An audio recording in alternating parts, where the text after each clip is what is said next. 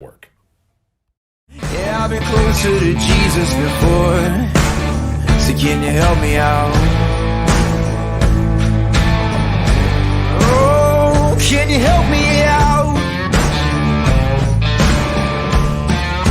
Am I on my own? Am I on my own? But can you help me out? Am I on my own? Am I on my own? Or can you help me out? Can you help me out? I've been scared to look in my soul.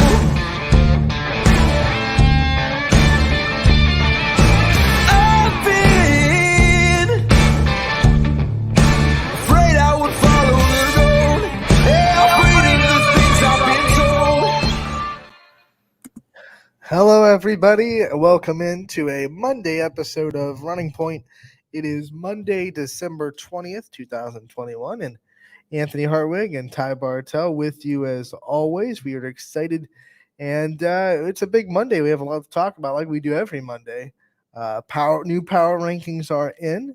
We have weekend recaps, and we also have games to talk about that are happening tonight. There are a lot of changes to tonight's schedule. Some games being postponed, some games being moved to tomorrow. We'll get you all those updates as they come in, but still going to be a very fun Monday for us on Running Point. Oh, yeah, no doubt. We had a great weekend, too, across the network as far as games being covered. We had a lot of great games happen over the course of the entire weekend, and I think it just another successful week of basketball as we wind in to what I like to call the end of part one of this trilogy in the basketball season at the high school realm, because part one is always before Christmas break, and this is where we see teams kind of jockeying for position and teams really getting their feel for each other and getting their feel for what their identity, most of them are at least, trying to get a feel of who they are this year and what their team identity is this year. And then you get Christmas break. But usually before Christmas break, kids' minds sometimes are elsewhere. They're thinking about Christmas. They're thinking about, the upcoming break from school, having that little bit of break in between. But as a lot of coaches will say, too, they're not quite in basketball shape yet. So you kind of see a lot of teams figuring it out, and certain teams will stick out in the beginning of the season. Now we go from a break, take a deep breath in and out for Christmas, and now we're going to come back from Christmas. These kids are going to be a lot more closer to basketball shape. They're going to be a lot more mentally sharp. Now this is part two of the season, and this is part two where we get to see where they're going to be ranked for tournament time. And conferences are on the line now in this second part of the season after Christmas break. It's full swing, and we're going to hit the ground running, and it's all wheels ahead now for basketball season before part three, which is of course the tournament. Let's go over these weekend results. As you said, it was a great weekend across the network. We had a lot of very good games, especially some maybe power ranking changing up games over the weekend, as we'll see that in a little bit. Let's start with Friday. And first of all, Valley Christian gets the 51-48 close win over Columbiana, edging out the Clippers. Yeah, and you know what? We were Clipper clapping away on Friday too. We were Clipper clapping away with them too, you and me both. But I remember saying that if it was going to come down to Valley Christian winning this one, Joey Batista, John Terrell Mixon are huge proponents on the inside, and if they're dominating the boards and they're dominating the paint, going to be a long night for any team. And it looks like they were able to do just enough, move the ball around really well. And Coach Carroll, like he's done for so many years, has done a great job with that program. He's getting them back on their feet. Valley Christian picking up a big win against the Columbiana team that's proved to be very, very good and competitive early on in the season. Yeah, very good win for Valley Christian. One of a lot of close games that happened over the weekend. Next score, we got Struthers getting the 62-52 win over Poland. Struthers flexing their muscles in the NE8 a little bit. We thought, man, maybe Struthers is going to be down this year. Maybe they're not going to be the front runners in the NE8. And Struthers is saying, pump your brakes. You're doing 60 and a 50. Hold up, stay in your lane. We're still the top cats. You're damn right they're the top cats still, and I'm riding with the Wildcats. I've been behind your back the last 2 games, Struthers, and I'll keep riding with you until someone knocks them off in the NE8. I think everyone needs to respect the Cats. By the way, I'll give Ty credit. He got that game on me. I picked Poland because Poland had beaten a lot of good teams under man. And I thought this wasn't going to hurt them anymore.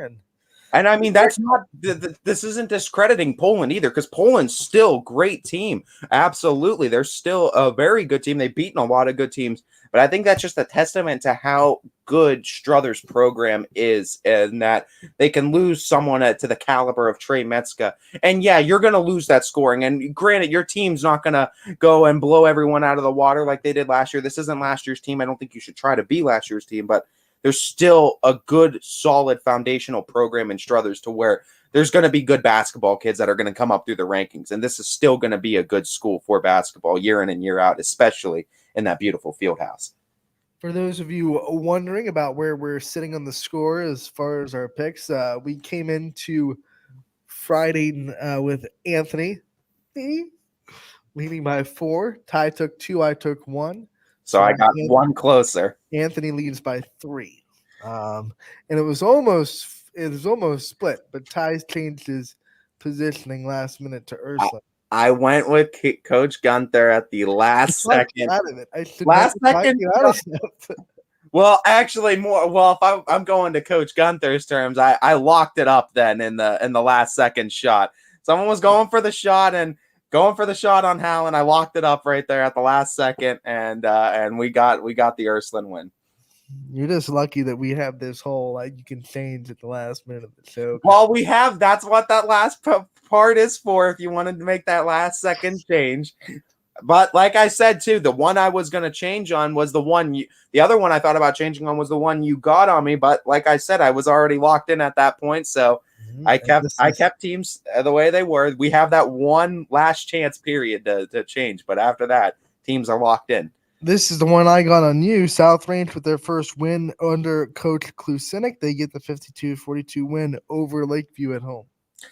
Yeah, and this is one too where every time I feel like South Range needs to pick up a victory, and it feels like this is a point where it's like you need to do something, they always come through and respond. And that's kind of why I wanted to make the change. But I already submitted Lakeview, and I thought about it last second too about how South Range needs this one. And that's what made me want to change the pick, but I couldn't at that point. But no, good call on you and calling that first win. You did. You called it. You said the first one was going to happen that night, Friday night, and it did, as Coach Klusinik and the Raiders get to celebrate win number 1. I just felt like they were getting too close. You know, they were really competitive against West Branch. They fell in the last couple minutes of that. For the 3 quarters, they were kind of keeping Jefferson in check, and then Bobby Ray lit them up. And then all of a sudden, I was like, here comes Lakeview, who's struggling a little bit too. I think this is when South Range figures it out. This is the kind of game they need. They need 52-42. They're defensive-minded. They can't let games get into the 60s right now, at least. They just haven't figured out enough scoring. So these are the kind of games that South Range needs to win, the 52-42 type scores. Yeah, and I mean that's a good win for South Range to get on their feet now, a win inside the NE8 at that too. So that's going to be big come down to the conference time, but we already see that NE8 is always going to be competitive, but that's a big win for South Range for win number 1. How about this? Crestview getting the 61-52 win over Champion. We both picked that too. I think you jumped on the train with me too when I jumped to the Rebels, and with good reason. I mean, Champion, give them credit. They've looked good this season, but Crestview is one of those teams where same thing happened in football season where they kind of flew under the radar, but they were silently competitive, beating teams that they should say. I mean, volleyball, we all already know. Soccer, we already know too, that Crestview likes to make a lot of noise in both of those. And I think they did well in hand with that. What coach said it, that they just have athletes in the hallways? They do. They I forget what coach said it. It wasn't a Crestview coach.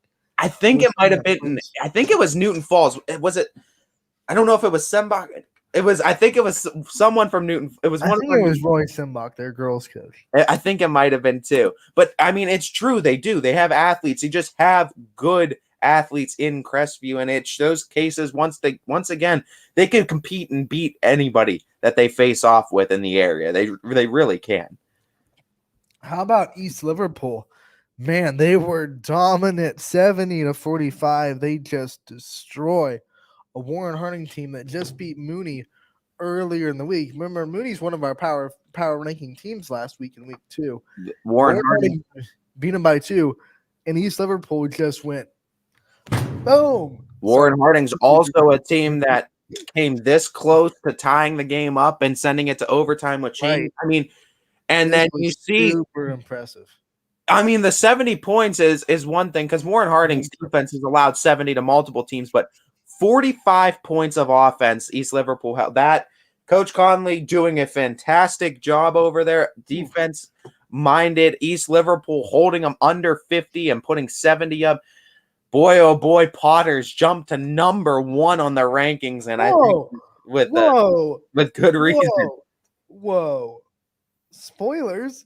Yeah, I'm sorry, but I forgot we didn't show it because you want to tell people what happens in Spider-Man No Way Home too? Yeah, I'll go ahead and drop that one too. Want to make this a spoiler show?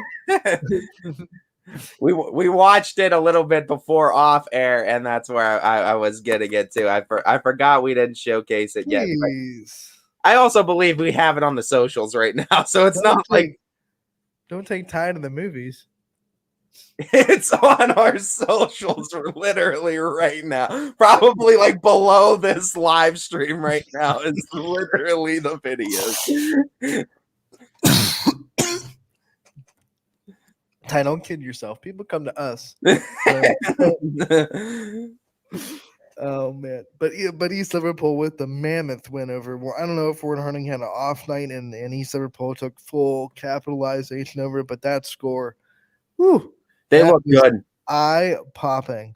I mean, you got to start. And with good reason, I think you start considering them literally serious contenders now in the areas. That's a huge win over a really good school. LeBray takes down the reigning MVAC champions last year, 63-58. They get the tight win over Newton Falls.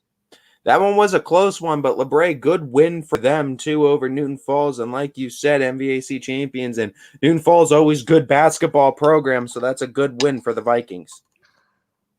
Camel's offense, hey, guess what? It's another game over 70 points, 79-61. They get the win over Garfield.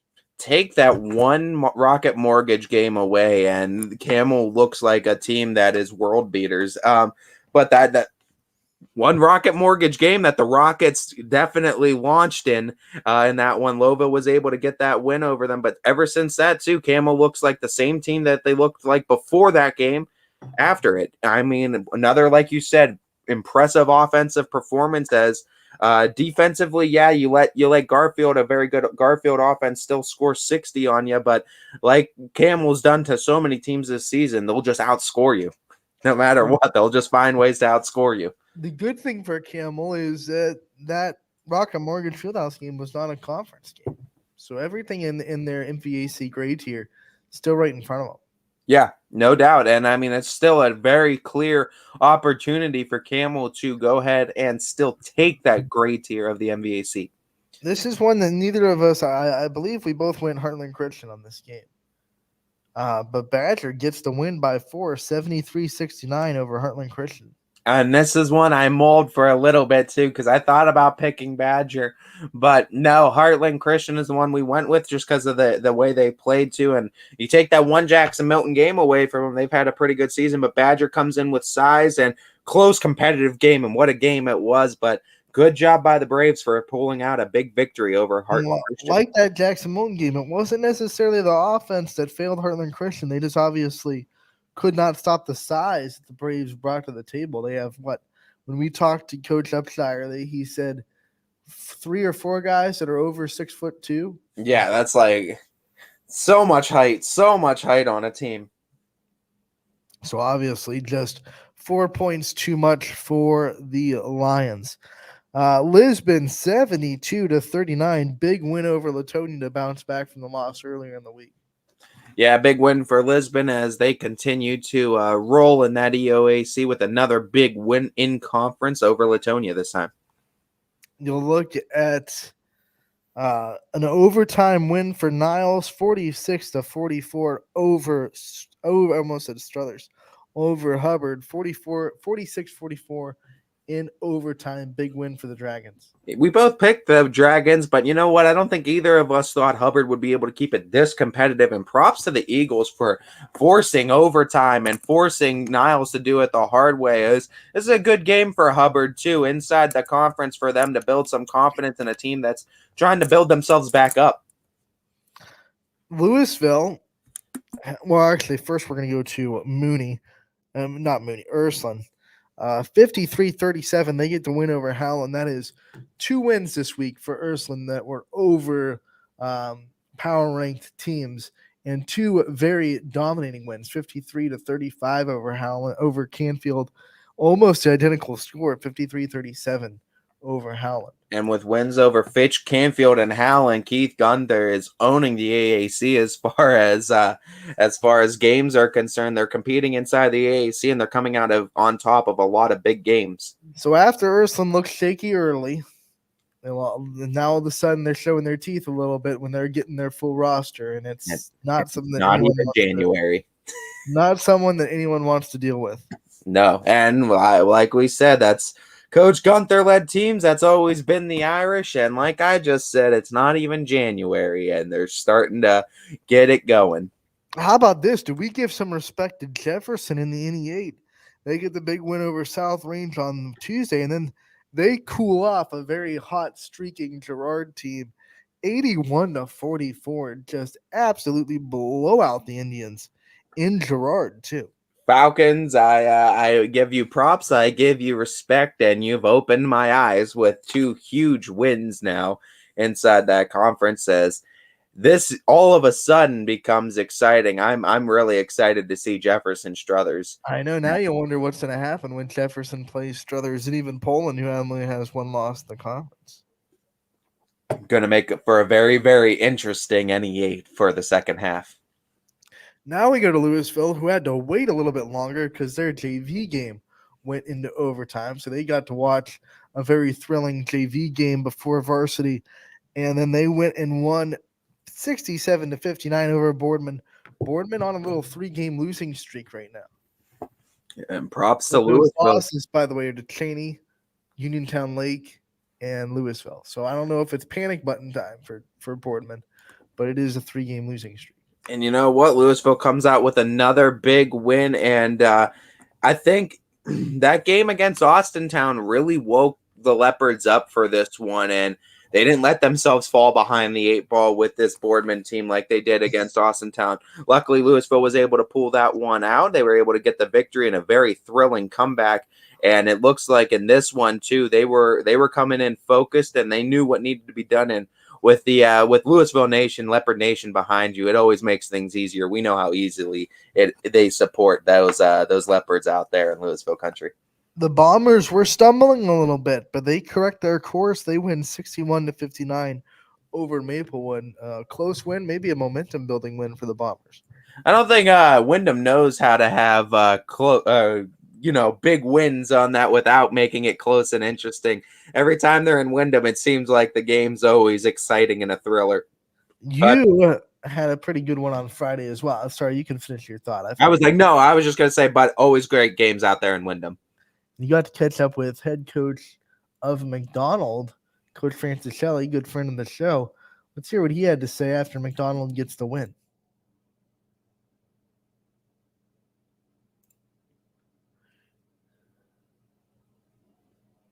Everyone here, as I am here with today's winning coach, Coach Jimmy Francis Shelley of the McDonald boys basketball team. And Coach, what a close one, but what a great victory for your team. Just talk to me about what these type of victories do for a team's confidence level throughout a season. Yeah, Todd, we're just getting back from some illness here, and this is our first game we've had in the last 4 with our whole team. So it was good to get one.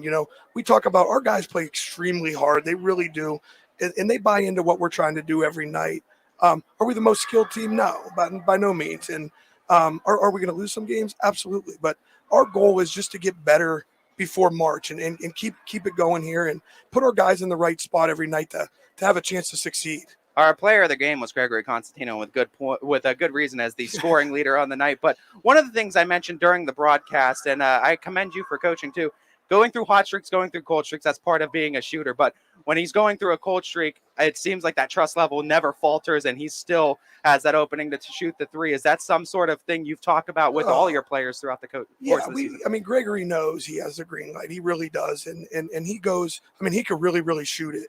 And you know, he does go through some spells there where, you know, I think he was a couple feet short on his first couple in the third quarter there. But I just look at him and tell him, keep going. We got to go here, you know, and he has confidence, and he comes from a pretty good gene pool of basketball players. So he knows what's expected here at McDonald, and we're just trying to continue what's been going on for years. Talk to me about that defense on this side of the ball too, especially down the stretch. How important and how proud you are of your team for showing up defensively to kind of seal that one late in the game. Yeah, you know, every game's a battle for us every night. We know that going in, and we've been selling them on defense. Can we get stops? And consecutive stops is what we need. And, you know, Coach Razil's a good friend of mine and came up to me after the game here and said, you know, the one thing that he really was impressed with how we dug in on defense tonight and battled. I mean, they got good guards. The 11 and 13, Simons and Navarre, they're good. I mean, they get after it out there. So for us to hold those guys to 50, they scored 72 the other night or 71,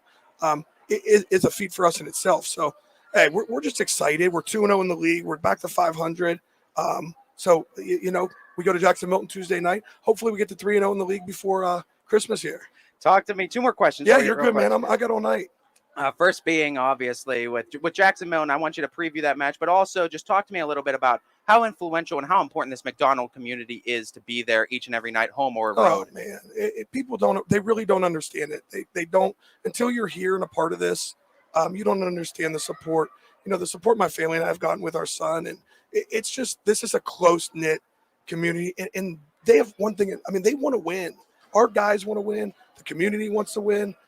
It just rubs off on everybody. This is. I tell people all the time, and I think they think I'm joking. There is no job, high school basketball job, that I want other than this one. This is the place I want to be. Our youth, it's incredible. My coaching staff, our players, everybody is bought in and just wants to continue this tradition of McDonald basketball. And you talk about it too, obviously, the great support that you get from the entire community here. It really certainly helps keep some legs under you guys. And speaking of which, we know baby Jameson too, recently getting these casts off. Just talk to me though a little bit about, you talk about battling adversity and just going through the course of this over the entire kind of off season. How does it feel for you as a father to kind of finally get that good news and kind of everything seems to be turning right for you now? Yeah, you know, in June when we found out about all this, and it was worst case scenario at that point, we thought he would never walk, be wheelchair bound for life, all that stuff. We meet with Doctors Arlingo and Boardman, and he instantly changes our perspective. He makes a call to Cleveland Clinic, and they say we're a candidate for this surgery that's only been done 18 times in Cleveland. So in utero, my wife goes in, has surgery at 24 weeks, fix him up, comes out with some club feet.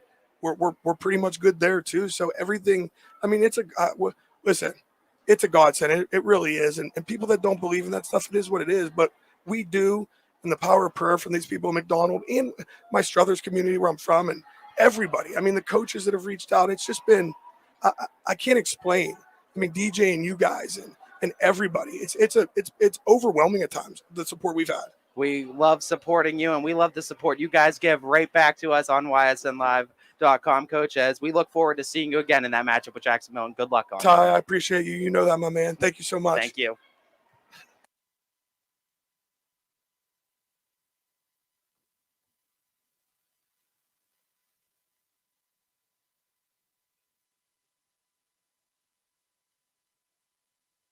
That was your interview with Coach Francis Shelley after McDonald's win over Waterloo 52-50. And like you said, they remain undefeated in that MVAC for now, very early in this year. But now they go into Jackson Milton with some confidence, and they could very easily be 3-0 going into the Christmas break. Yeah, and you know what? First, I just want to say, Waterloo fans, don't falter yet. I know it's a rough start. You've lost a lot of close ones to to Windham, to Western Reserve, and to McDonald, but competitive. And I know they're all heartbreakers, all within just a couple of points. Keep their train rolling. I think they still have a great team over there, and I think they're going to continue to get better over the course of the season. But what a great win, though, for McDonald, defensively able to really hold them and keep them under, like he said, keep them to 50 points, too, for a team that's been scoring 60, 70. That's great job for them. And Gregory Costantino, too, putting up 29 and just raining it in from distance the entire night, was easily the difference maker. 29 on the night of the team's 52 points, easily player of the game and easily the biggest difference maker on the game for that very big 52-50 win for McDonald. And you had a chance to talk to him after the game too. But before we get to his press conference, you mentioned Waterloo. They can't hit the panic button yet, but talk about their defense and what you saw, because on Tuesday they gave up 72 to Western Reserve. Obviously, even if they lost that game, they gave up 20 less points. Their defense must have been playing pretty well too. Yeah, and I mean this is a team, that Waterloo, they play very good defense. They play very good basketball, and that's the thing. Coach Wise is always going to have that team ready to go, and that's a community that just has great basketball players that are bred there. They come from this community out there in Atwater, and I mean they played a great defense against McDonald, and when it's 52-50, that's really just the difference of a shot. It's one shot. One more shot fell. That's any given night. Either team could have won, but on this night, we saw who had the lead with the time expiring. McDonald gets the big win. They close it out too. And that's one thing Waterloo got to figure out, how to win these close ones down the stretch, losing 3 really now to Windham, to Western Reserve, and to McDonald. Very competitive throughout the entire game. They've proven they can make those comebacks. They can make the runs, but they just need to close out these games. And when they start doing that, this is going to be a very, very tough team to beat. They just need to figure out how to win first. Whether you lose by 1 or lose by 25, it still shows up as the L on the loss column, and that's all that really matters. So you got to learn how to turn those 1-point losses into 1-point wins, to your credit. Yeah, a lot easier to do that, though, when you're losing by 1 and not by 25. So that's true. There's only a few tweaks that need to be done. So that's why I'm saying need to panic on this. You just got to finish. That's all. So we're going to hear from Gregory Constantino, the player of the game from that McDonald-Waterloo battle, and we'll hear what he had to say with Ty after that win. Welcome back, everybody. Ty Bartell alongside with our player of the game now, Gregory Constantino. 29 points on the evening. And Gregory, just talk to me from the first opening tip in that first quarter to the fourth quarter. How big was that basket looking for you tonight, and how well were you feeling it after the first couple of shots found the mark? After the first couple, I felt really good. I came out shooting a lot, so I came out ready to do that.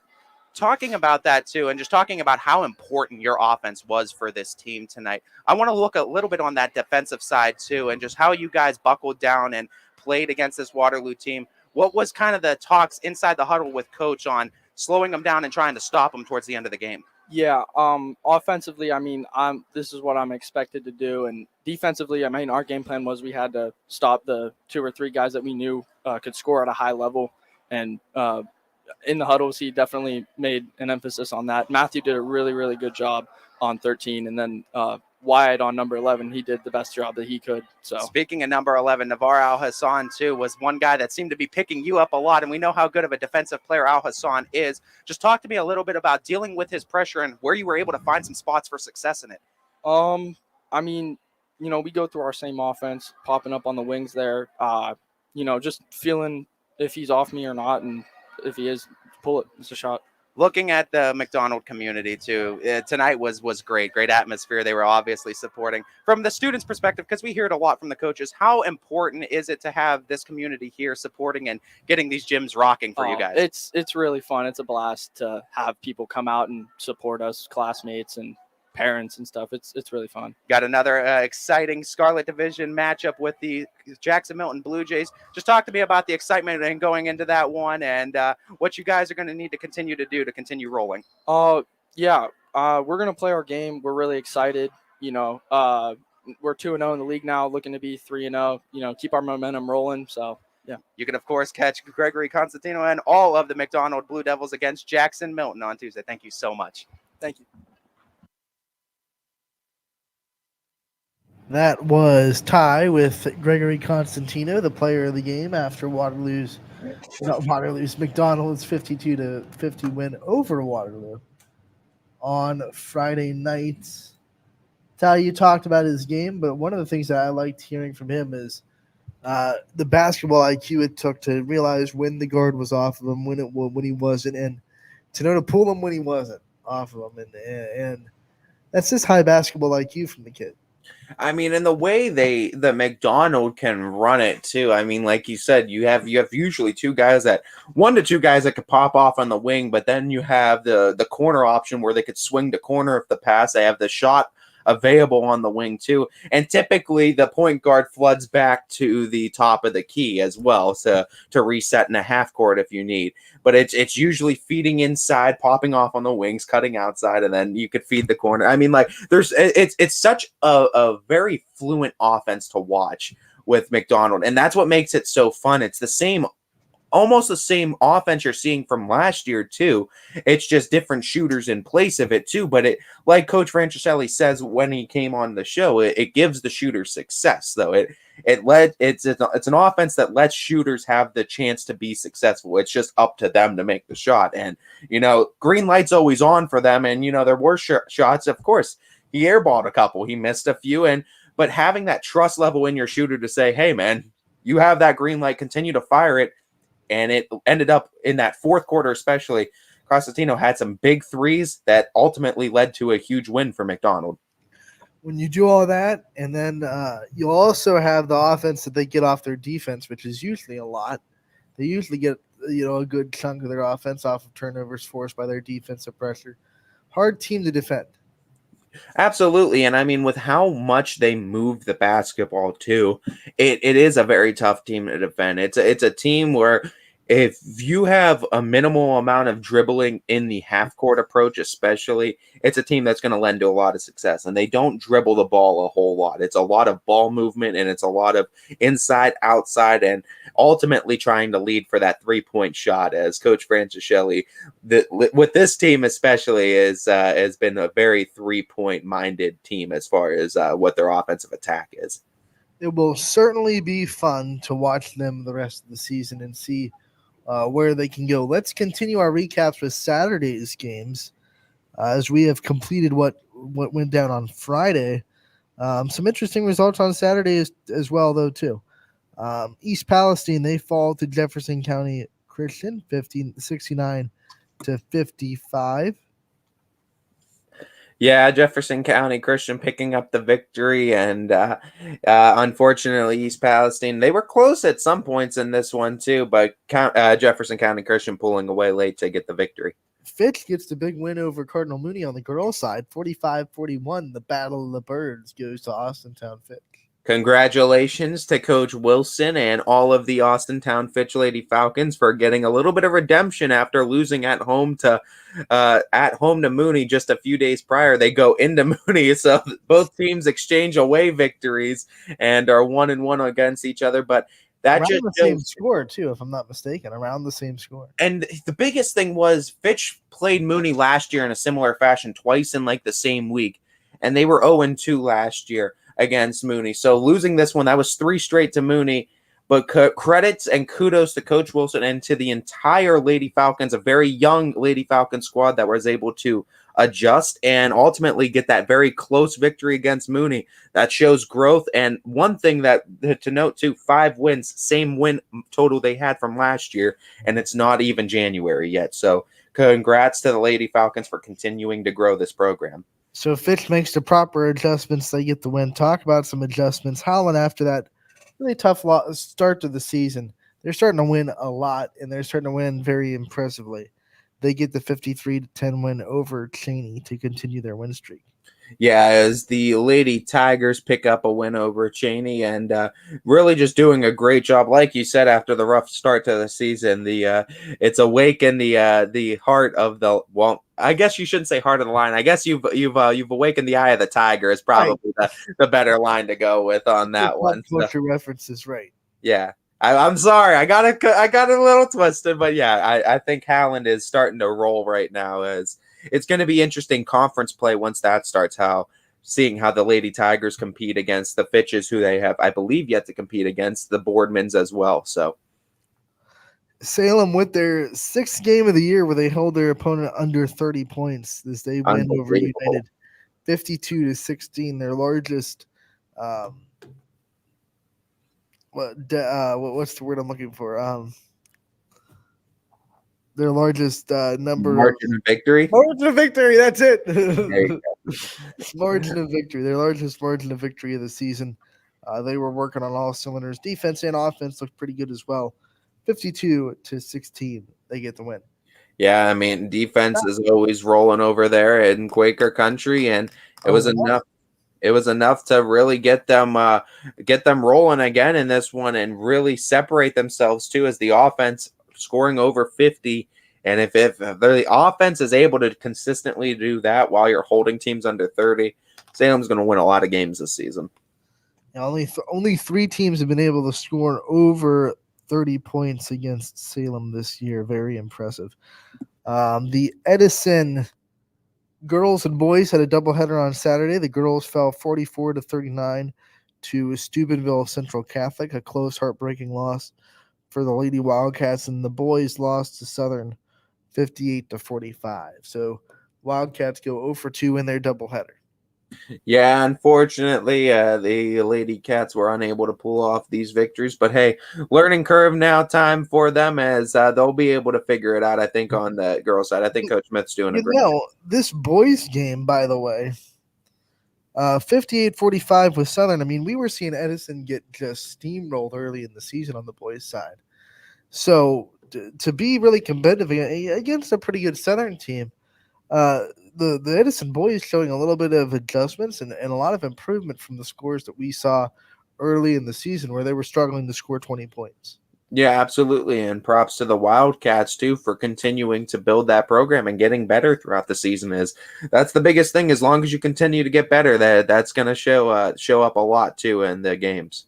A lot of coaches will say wins and losses are great, but seeing the team improve from day to day is what really matters. And you can probably say that Edison is a lot better right now than they were in game 1. So that's what the coach's main goal is, to just get their kids to progress from one game to another.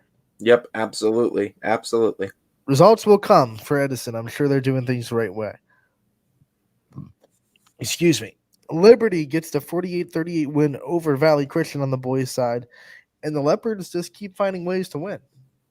Yeah, as that Liberty community is strongly supporting both sides of the basketball teams, boys and girls, and both are producing with big victories too against some quality opponents as of late too. We know what the Liberty girls are doing on their side, but Liberty boys too showing up big with some victories here as of late. It's a fun time to be a Leopard in the basketball realms, no matter what side of the street you fall on. No matter if you're in Louisville or Liberty either. Oh, yeah, I guess, yeah. Both. If you're a Leopard this basketball season, you're loving it. You're loving it. Ba-da-ba-ba-ba. I'm loving it. There's no references for that, though. Like, you got Eye of the Tiger, Heart of the Lion. What does the Leopards got? They're just spot on. The fact that they're not changing their spots one bit. Yeah. Because Leopards are spot on this season is what they are. You know it. Leopards don't change their spots, and they're spot on and spot up shooters, and they got everything. Anything with spots, it's the Leopards. They can't even take the fashion of the cheetah either, because it's all cheetah print stuff. You can't even talk about being fast. Like, you're not faster than a cheetah. You're fast, but the cheetah's over there like, I got you. But the Leopards just rule in basketball, so that's all they care about right now. So that'll do it for the scores on Saturday. It was a slower day on Saturday. I believe only 8 games across the network, but still very competitive and a very good day for YSN. As far as us, we'll take our first break. On the other end, we'll go over the power rankings for the boys and the girls on this Running Point, brought to you by Greenwood Chevrolet in Austintown. New things happen all day. Some are good, some not so good. In today's complicated world, while you're busy working, playing, and living life, we're busy helping you make sense of the day's news. And there's only one place where it comes together with clarity, context, and accountability.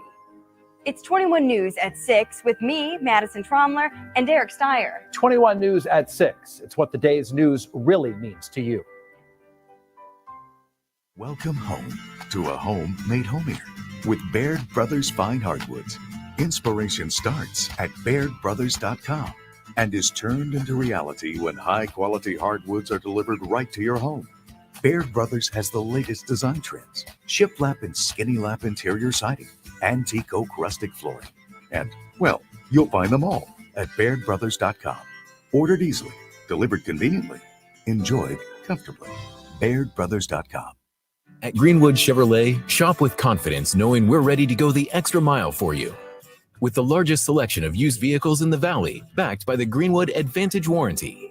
Every one of our vehicles has undergone our own 126-point inspection, so it passes the most important inspection, yours. No other dealership has the extra inventory, gives you extra for your trade, and goes the extra mile for you. Only at Greenwood Chevrolet. WRS Wealth Advisors, the area's premier wealth and retirement specialists. Located on South Avenue in Boardman. Quality, customer service, and integrity. Those are the 4 words that have driven our success since 1957 at Joe Dickey Electric. Joe Dickey Electric is one Mahoning Valley landmark business that stays current with the requirements of our customers. Family owned and managed, we are an electrical contractor and energy solutions provider. Every member of our team adds to his or her skill set through ongoing training. Residential, commercial, industrial, automotive, and more. We keep ahead of the needs of our customers with a fleet of more than 50 vehicles and 24/7 emergency service, so you're never left in the dark. When looking for home design inspiration, don't just be inspired, be Baird inspired. Whether new or remodeling, Baird Brothers has the latest trends like shiplap to refresh your home. Go from inspiration to installation with our wide selection of in-stock American hardwoods. From the rustic charm of antique oak to the warmth of traditional cherry, Baird Brothers has what you need to make your home inspiring. Baird Brothers, our family's heritage, your family's home. For a great vehicle and a great experience, come to Boardman Mitsubishi today. As always, our full lineup of Mitsubishi models comes with a standard 10-year, 100,000-mile powertrain warranty. Boardman Mitsubishi, your hometown Mitsubishi dealer since 1999. Focus Pizza, always supporting our community and our local athletes. Stop in on game day or score big and have it delivered right to your door. Check out our daily specials at cocaspizza.com. That's Coca's Pizza, we serve it hot. Hubbard Chevrolet. Hubbard can help you get the financing you need, regardless of your situation. I'm Tony Page, and I've helped thousands of customers in Northeast Ohio and Western Pennsylvania buy a vehicle.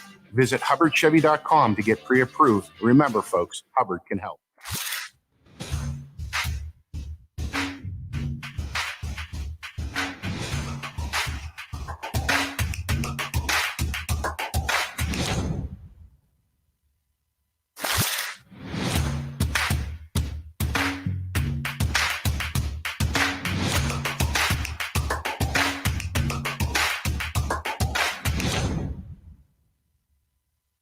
You're not waiting to see what the world has in store for you. It's more about what you have in store for the world. All you need is the opportunity. All you need are the resources of a large university and the advantages of a personalized academic setting where you can experience new worlds in the arts and sciences, business, and education and make them your own. We are where you shape your future. We are Youngstown State University and proud.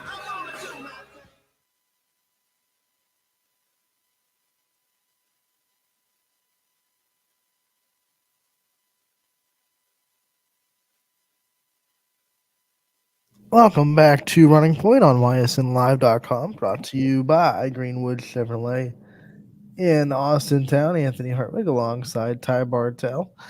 And before we get to our power rankings, want to remind everybody that they are brought to you by Armida's Kachina. And as we talk about all these seniors on the hardwood and we get ready for all these graduation parties, There's no better vendor for your graduation party. Perfect for outdoor events, home graduation parties, or any other outdoor setting. They got amazing, unique food, including their famous stuffed peppers, along with their delicious chicken sandwiches and more. And hey, they can even bring music to your party, so you can get your guests really bumping to the beat while they're rocking with the food they're eating, and having a good time. So make sure to visit armidascantina.com or go to their Facebook page, or you can call them at 330-787-1932. That number again, 330-787-1932. Contact Armidas Cantina today to book them for your graduation party or any other outdoor event. So without further ado, thank you to Armidas Cantina. We have this week's Power Rankings brought to you by them. This week's Power Rankings brought to you by Armidas Kachina, perfect for your graduation party. If you're looking to make a splash this graduation season, make sure you book Armidas Kachina at armidaskachina.com. Here are your Power Rankings. Canfield stays locked in at number 1, but a flip between 2 and 3 as Salem proves to be too much for too many as they take over the 2 spot. Liberty drops to 3. West Branch stays firm at 4. Then you have Poland staying firm at 5, then followed by Howland, Louisville, Springfield at 8, Brookfield at 9, and breaking in for the first time this season is Waterloo at 6-1, coming in at the number 10 spot. Let's turn it over to the boys now, where there is a little bit of shakeup in the rankings. East Liverpool comes in 6-1. It takes a big hop from number 5 to number 1. Cheney drops to number 2 after a couple tough losses. Campbell Memorial in at 6-1 at number 3. Boardman slides down a little bit to number 4. Ursuline makes their debut at number 5 at 4-2. West Branch stays firm at 4-0 in the 6th spot. Louisville at 7. Springfield at 8. Canfield at 9, and Louisville debuts at number 10 at 6-1. Again, this proudly brought to you by Armidas Kachina, perfect for your graduation parties coming up. Visit them on the web today at armidaskachina.com or follow their food truck on Facebook for where they'll be next. What I love is you can follow their food truck on Facebook, so you can like stalk them and be like, they're going to be here. Just follow them wherever they are day to day. Like their tail. Yeah, there you go. Just be with them all the time. Forget booking them for my party. I'm just gonna go and join them all the time. So let's look at these power rankings, Ty, and the girls not much changing besides a couple of spots moving between. Actually, that's last week's. Let's just look at it from memory. The Salem flips from 3 to 2. So when you look at it, a lot of, Liberty didn't lose. They're still undefeated, but a lot of people put a lot of stock in that win over West Branch for Salem during the weekend. That was enough for them to put the Quakers above Liberty. Was it enough for you to say now Salem gets the flip over Liberty at the 2 spot? It's a big win. It is. I mean, so I can see. I can understand from both aspects, because it's hard to flip someone over an undefeated Liberty team. I get that. And Liberty beat Brookfield, who's also in the power rankings, by 2. Yeah. I mean, it is. I mean, Liberty's still been proven to be unbeatable yet this season. But, hey, it's only for a week. And I'm sure as Liberty, if they continue to win, I'm sure they're just going to continue to be right there in the rankings and moving up. Well, you got to remember, for the weeks, this is week 3, I think, of the power rankings, if I'm not mistaken. Week 1, Salem was above Liberty. And then week 2, Liberty jumped them a little bit because Salem lost to Marlington. Mm-hmm. And then week 3, all of a sudden, Salem's back in front. I think some of this has to do with the start of the power rankings and people just having a little bit more stock in Salem than Liberty to start with. And since both teams kind of won this week against pretty good opponents, it was like, boop, let's put them back up top. Yeah. So we'll see, too. I think if Liberty just continues to win, too, I mean, you'll see them continue to get ranked higher. The other thing, Waterloo cracking into this power rankings party with the 10 spot at 6-1 on the year. Yeah, and I mean, have a chance to continue it tonight, as well as they've been looking very, very impressive all season long defensively. 8 girls strong on that team, and they're certainly showing it right there with that. Rose Couts, Kara English. I mean, they have some great talent over there in Atwater. This is just my take on it because all of our executive staff got a vote. We all put in polls. So not everyone's poll matches with the final one. We just do it based on a point system that all of our polls go into. I didn't crack Waterloo in the power rankings yet. I had Champion at 10. I just wanted Waterloo. I wanted to see Waterloo against Springfield and Jackson Milton before I said they're one of the top 10 teams. And Champion's undefeated. They beat the last week's number 10 team in Garfield. So I thought, fair enough. Let's just 5-0. They've had a couple of games lost because of scheduling, postponements and whatever. So they don't have as many games, but they're still undefeated, and they're still sitting there with a win over the top 10 team. So where do you think Waterloo's done enough right now to get into 10, or do you think maybe an undefeated Champion team might have popped into that spot instead?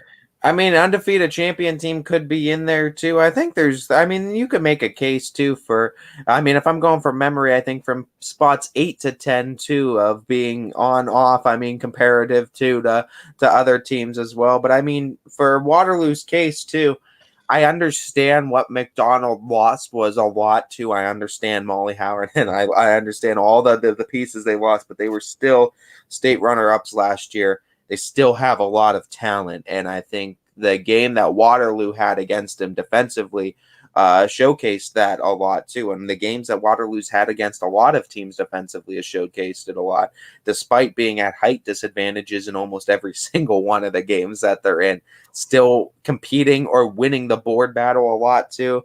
It's just a physical team. They're hard-nosed, and much like Jackson Milton, they're one of those teams, like you said, when you got a group of 7 or 8 girls, you kind of have to be tough because you have no other choice but to be. Yeah, and it's not a knock on Waterloo that I'm trying to sit here and say, well, I don't deserve to be in the. They're deserving of it. I have no problem with it. Be careful with my sweetheart's name in your mouth. I think they're very deserving of that spot. To me, I wanted to wait until they played one of the other top 3 teams. I wanted to see how they do against Springfield. I want to see how they do against Jackson Milton. And, as Coach Loganegger will tell you, too, this team still is a team trying to get their complete identity. They're trying to learn a lot about themselves, grow, and I love that mentality for them this season. And they have a great group of girls there, and I think when we do see those Jackson Milton and Springfield matchups, I'm certainly going to be excited for them. You know what? I think the other teams on that list also have to prove that they can win those games, too. I want to see Jackson Milton against Springfield and Waterloo. I want to see Springfield against Jackson Milton and Waterloo, because all those teams are either off the power rankings or sitting in that bottom half right now because they haven't played those teams yet. Springfield's sitting there kind of dabbling in the 8 to 10s, and Jackson Milton's right out of the power rankings a little bit, and Waterloo's sitting at 10. So I think once all those teams play each other, whoever comes out victorious in that and those game stretches will kind of bump up a little bit. Yeah, absolutely. And that's the big thing now. If Waterloo beats a Springfield and a Jackson Milton, you've taken down all the big dogs of the Scarlet Division. Then Western Reserve check, McDonald check. If you could add checks next to Springfield and next to Jackson Milton, it's looking really good to winning that Scarlet side of that MVAC for Waterloo, which looks to be competitive. For that gray side, Brookfield, I think, is going to give Liberty a run for their money, but Liberty right now, I think, is going to have a firm hold on that gray side until someone says something about it. Okay, let's go back up to the top and talk about, we talked about how Salem jumped Liberty, but they can't really break into that one spot, even though Canfield only had one game this week, and it was a win on Wednesday. It was against Fitch, yeah. It was a game that I think people think, Canfield's on paper just better than Fitch. It was a game they should have won, quote unquote. Should have won, right? So not going to get them much of like a boost in the power rankings. They just kind of sit there and won.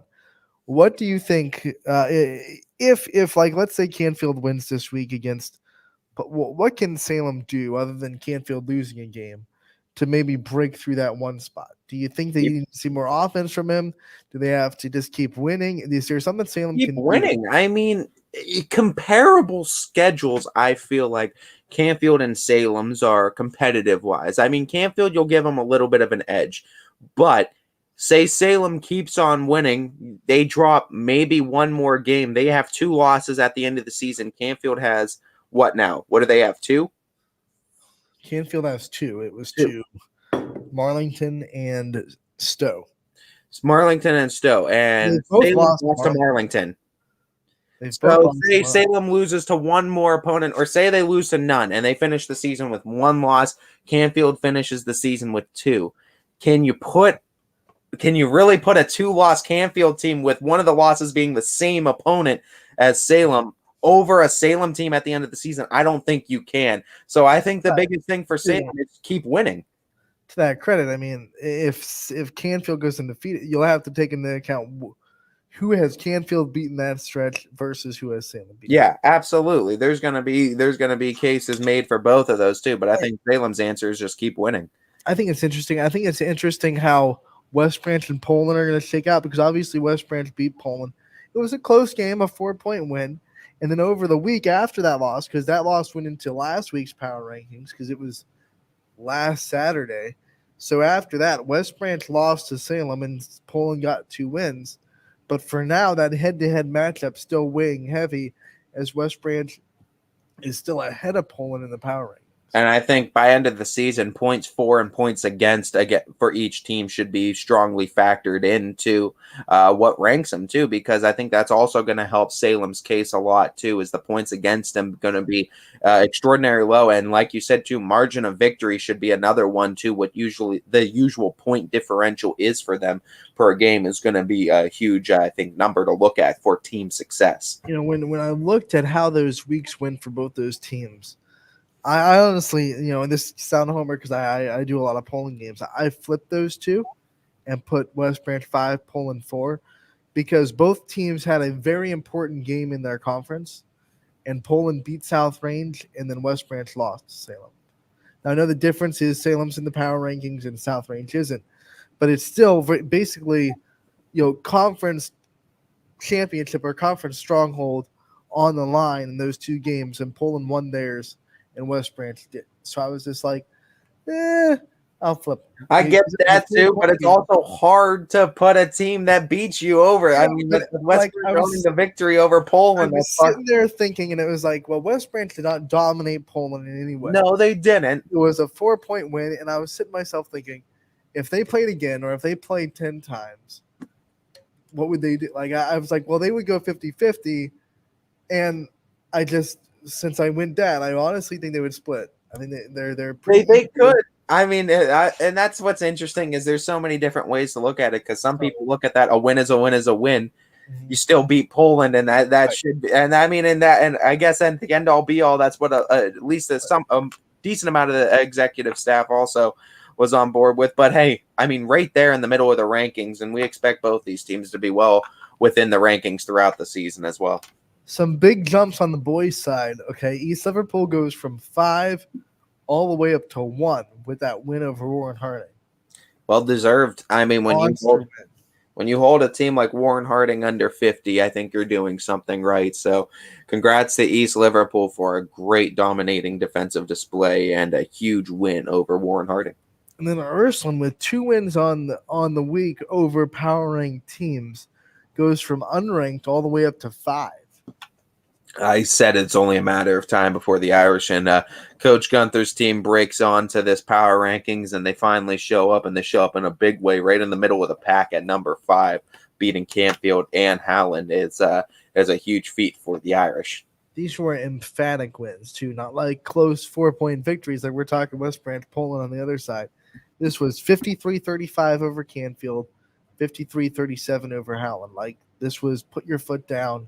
We were the better team that night, no doubt about it. Defense first, as Coach Gunther would say. If you're holding teams under 50 points, we're going to win a lot of games this season. And 2 games right there, holding teams under 50 points, 2 more wins for the Irish. And then you look at Lowville breaking into the rankings at 2. I know it's just a 10 spot, but 6-1, people are starting to look at Lowville like, okay, Now start proving it to us consistently. Yeah, that loss against Heartland Christian obviously might have been the preventing reason for them not being there last week, but I think the executive staff finally made the right decision in putting Lowville on there, because a win over Camel is, I think, impressive enough, I think, to get him at least a 10 spot or a showing on the power rankings. Now you're in it, got to keep winning, do something with it, and try to stay on it. You got good matchups this week. And remember what we said last week, that win over Camel came on like Saturday. I believe the game started at like 3. So it wasn't really factored into last week's power rankings because our polls were put in on Saturday. So obviously we didn't know how that game was going to go. But then all of a sudden they get that win over Camel, and it really does get factored into this week's. So it's one of the reasons why we said 6-1, you're at 10, and now you have the chance to keep being consistent and slowly work your way up on those power rankings. Yeah, and that's a big win for Lowville too. And if they could continue it too in that Scarlet side of that MVAC, it's going to be interesting too when conference play really starts going. Springfield, with 3 emphatic wins, breaks into the power rankings. They started late because of the success of their football team, so we knew it would take them a while to break into the rankings, but they haven't missed a beat so far.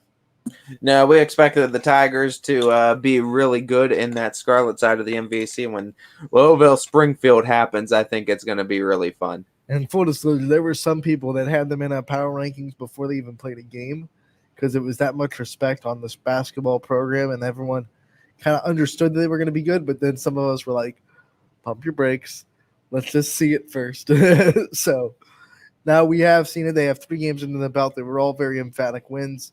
And now we can say, okay, well, we'll put you in. Yeah, as Springfield breaks into the power rankings now.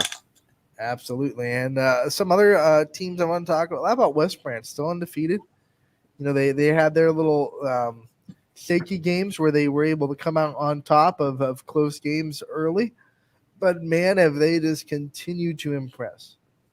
That team stays undefeated. I don't see how they can't keep moving up that ladder of the boys' side on the power rankings too, especially if you see a big old goose egg in that loss column by end of the season. You might be looking at a number 1 West Branch team. We might be calling them by the end of the season then. And they're back-to-back EBC champions too, so they're coming off of, you know, trying to what is it, repeat the repeat? Yeah, I guess. Three-peat. They're trying to three-peat in the EBC. I think that's what people use for it. They're trying to three-peat in the EBC, and they're off to a good start. Yeah, absolutely. As West Branch and Coach Brown doing really, really well early on in the season. Good movement, and they have multiple ways to beat you. I just kind of reminded myself the West Branch girls lost to Salem on Wednesday, but they returned Saturday with an emphatic, I believe it was 48-19 win at Canton South, which we know Canton South is a tough place to go play. So that might have been another reason why the executive staff kind of kept them in that force. Flex their muscles. So getting that big win. But now West Branch, of course, we know they're going to always be good on both sides too, as the boys continue to keep rolling and continue to stand tall and undefeated. Boardman boys dipped a little bit. They were flipping 1 and 2 in the first 2 power rankings. Now they're down to 4 because they're on a 3-game losing streak. But I think everyone understands those 3 teams that they lost to, very good teams in Cheney, Lake, and Louisville. This is a good fork in the road point now for Boardman, because if you continue to lose, I don't know how much longer you could put a team with losing records on power rankings then too. So there's only been 1. Yeah, Boardman's going to be one of those cases too where this is kind of a good fork in the road for them, and they're going to need to start figuring it out. Another bad week or another tough week, and you might see them start to fall then. So this is a good chance for them to pick it back up this week. Mooney was the team that was slowly on the rise, but their loss to Warren Harding 42-40 bumped them out of the power rankings this week. Yeah, as Mooney still got to figure their things out too, as well as that's. I mean, obviously we know Warren Harding not under our coverage, so I mean that loss obviously hurts. But also losing to a Fitch team too that isn't in the power rankings also is going to hurt Mooney as well on that boys side. So we'll see. Cardinals still have a chance to pick it back up throughout the season and still make appearances, but a little bit of a rough week for Mooney. So here's what you have to wonder about this Warren Harding team, because remember, they scored it was 70 points against Cheney, and that 71-70 loss with a kid's foot was on the line, could have tied it. And then they score 42 against Mooney, barely win, and then they only score I want to say 45 against East Liverpool. Yep. 40, is it 45? 45. So is there something wrong with Warren? Because it's not easy to score 70 against Cheney's defense. Well, what happened to Warren Harding's offense? Where did they go? Could have just been a hot night, too. That's right. It just whoop. I mean, those nights happen, too, where everything falls just as well as there's nights where nothing can seem to fall and there's a lid on the basket. So, I mean, it could have been a hot night for Warren Harding, and this is kind of where we should expect to see their offense rest of the season. But that's even hard for me to say, because being able to see a lot of these AAC teams and seeing Harding a lot, a program's usually really good and is a team that can put up points offensively. So I don't know what's going on their side, too. 2 consecutive 40-point games, maybe a testament to the defense that Mooney and East Liverpool were able to play. And we know everybody's kind of different against everyone, so maybe just Cheney style of defense just kind of allows more success for Warren Harding's style of offense compared to maybe Mooney's and East Liverpool's. Okay, we have to take a break from our power rankings discussion to give some news. Just got a text from Coach Matizzi from Springfield, and he wants everyone to know that the game tonight has been moved to a half of a JV game, so varsity will start around 6:15 instead of 7. So Springfield girls game tonight will be half of a JV game, still happening, but reminder, if you're heading out, that the varsity will start around 6:15 instead of 7. Yeah, and that is obviously Springfield at Lowville, and that's going to be a great game, I think, too, tonight on the network, as the Lady Tigers going to be in action. So early start time expect for that one tonight. We'll get to that one during our picks. We have some picks to do tonight. There's Ty still trying to catch me. He's getting a little closer, but it's shipping. It's this. I've kept him at bay. You haven't picked a post from me enough to try, but now I'm closing in, and you have a point where you're either going to need to try to break away, or you risk me really just inching closer to you. Once it gets down to a deficit of 1, there's not much more you can do to hide from it. Keeping him at bay, and I'm still winning girls basketball, which is all I care about. Well, we'll see tonight. You have a chance to extend the lead tonight. I do. The East Niles game, again, I think we broke this early in the show. It is postponed tonight. So East Niles postponed. That is a game that was scheduled to be on the network tonight, but that is going to be not played. East still actively looking for an opponent. And AD and head coach Tanisha Franklin saying they prefer to be on the road. So if there's a team that wants a home game and wants to play Youngstown East, hit up the AD over there, Tanisha Franklin. Yeah, if you want to get a game added tonight too, East is actively looking, as we would love to see the Lady Bears in action tonight over there for East. Another scheduling change from today. The Canfield at Poland game, originally scheduled for today, has been moved to tomorrow. So Canfield and Poland girls will be playing at Poland tomorrow instead of tonight. And Anthony will obviously still have that one covered for you going from tonight to tomorrow. That one will be big in the power rankings. As it's going to be one of the, I think, only 2 girls games we're going to have on usually boys' night of basketball on the network on Tuesdays, usually the big boys' night, but girls are breaking into the party and crashing the party on the boys' night on the network with a couple of games. And of course, one of the voices behind a lot of girls' sports in the area, Anthony Hart, we're going to be right there leading the charge and crashing the party on the network with Canfield and Poland. Yeah, 2 girls games are happening tomorrow. One of them we'll have coverage for, but South Range also picking up the game where they will host Ashtabula Edgewood.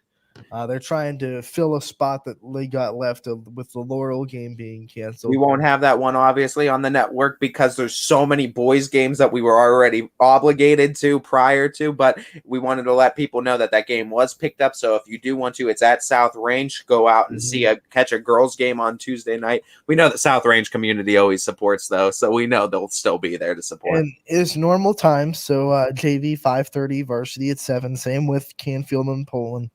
Normal times, just moved one day over. Yep, and it's going to be an exciting night, too, as Anthony, the lone girls game on the network, as Canfield, Poland, and Anthony Hart are going to crash the night of boys basketball on Tuesday. It's 1 versus 5. It's going to be a big game, too, so they're gonna be drawing a little bit of attention away from the boys, and boys are just going to need to pick it up with some big games if they want to take that attention back, get some viewership.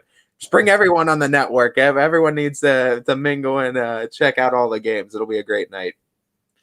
Yeah, and it's the battle of 224, and if the Baird brothers voting is any indication, that our fans sway a little bit towards the girls' side of basketball, because so far, total votes, the girls won week 1, and they're really ahead in week 2. And Ty, you're muted. And honestly, when we see 70,000 plus votes in one single week, I mean, it's doing a great job of what we're seeing from the entire community, and YSN's doing a great job backing it from week to week with 70,000+ votes. It's incredible to see how much they support these teams. This week's Baird Brothers Big Dog of the Valley winners will be announced tonight, and the nominees for the next week's Baird Brothers Big Dog of the Valley voting will be announced tomorrow. We'll be able to talk about that tomorrow on Running Point, and we'll be able to do our very weekly, highly contested Price is Right challenge. That Ty won again last week. If there's one game you can't seem to beat me in, it's that one. I seem to still own you in the Price is Right challenge. They always seem to come up and show up when I call them out, and they fill the voting. And then when I'm the one that goes higher, it doesn't work out. Yeah, when you call them out, they're just like, "Well, I don't want to vote when Anthony tells me to." Well, now that Anthony's telling me to, I can't do it. It's because you're 30. You're not hip and young anymore. No, 30 for 3 days. Because you're 30, they don't want to listen to you. It's like as soon as I turned 30, like Saturday night and Sunday, I had like super sinus congestion all day. So it's like as soon as I turned 30, it's like, oh, my body knows. It's over for me. It's over. It's done. Over dramatic realization. Oh my god. Not even, but it's it's gonna be a fun night tonight on the network. Can't wait to do our picks. We'll have obviously our Baird Brothers pick'em challenge too, as far as our Price is Right challenge rather tomorrow, and then we finish out with Wednesday's show, I believe, this week. Of course, we don't want to intrude too much on your Christmas, but I believe we will still have Gary Alsizer. Yep, and he has a lot to talk about with the D3 Classic at Waterloo going down. We have all these wrestling results from the weekend that we will get to on Wednesday with Gary. We love to talk about that with him. So we're not skipping them. We know about them. We know what happened. We're just going to talk about them on Wednesday with Gary. Yeah, we love talking about it with one of our wrestling experts on the network, and Gary Alsizer, as he does a great job of just giving us additional coverage of just great wrestlers in the area, as well as that Wellsville program that does a great job down there for one of the smaller schools. So Gary Alsizer knows about it from the small school perspective, but he also knows the wrestlers of the big schools, and just a great mind to talk to about it. Also tomorrow, and we'll have Josh Reed, I believe, from Ysn girls basketball. You are correct. Josh Reed is scheduled to be making an appearance on Tuesday. Yeah, Tuesday at 1:00 is what we have him on. So East Liverpool girls side, we already got Conley, so we're going to check off East Liverpool, double check them right there. So we'll have double check right there. Yep, we'll have Coach Reed giving us a little bit of a preview of the season, now a little bit of before the Christmas break of part of the season is over. We're going to get to talk to Coach Reed a little bit on Tuesday tomorrow at 1:00. and he'll be able to break down his game tonight where East Liverpool is traveling to Carrollton. So we'll have a result to talk to him about fresh off the presses, and then he'll be able to preview his next game as well. Yeah, and it's going to be fun to talk with Coach Reed down there in Potter Country and get a little bit of an insight on how the season's going and what to look for and expect for part 2 of the season after Christmas break. Yeah, the part 2 of 3, right? Yeah, the trilogy. It's a trilogy. You got part 1 before Christmas break, part 2 post, and part 3 is tournament time. And we always know it's part 3 is always the fun part. It's the climax of the whole thing. And part 2 also includes a lot of really fun non-conference matchups that a lot of these teams have during Christmas break because they're either traveling to a tournament or they're hosting a tournament. So there's a lot of really fun matchups that you don't get to see in any other time other than Christmas break when these teams are allotted the time to travel. It's like the reverse pyramid of like writing where you go up to that climax, except there's no like down part. It's just the basketball season starts with part 1 because there's the excitement of it starting. There is a downslide because I think the downslide is during tournaments when we start losing teams. Yeah, there's a little bit of a falling action before the end. Right. But the start of the tournament is the climax, I think, of basketball season. But rising action is going to be right after this Christmas break where teams are hitting the ground running. Everyone's in basketball shape generally, and conference games are going to be all over the place. And every game needs that much more. And I cannot wait for part 2 of the basketball season. Someone in middle or high school English is feverishly making notes on, that's going to be on our final tomorrow. Rising action, the pyramid, yes. I remember that. Rising action, falling action, climax, the top. Learning English on YSN Live. I didn't know you were going to learn structure of a story on YSN. Exactly. But no, I mean, that's exactly how basketball season does feel with honestly part 2 of the season. Like I said, these conference games are going to start, and that's going to be so fun with the NE8, the NVAC Scarlet and Gray side. Heck, even the AAC, I think, is going to be pretty competitive down the road too. But I mean, EOAC, I think, is going to be really fun on certain sides. There's going to be some teams that are going to be fighting and up for grabs on that.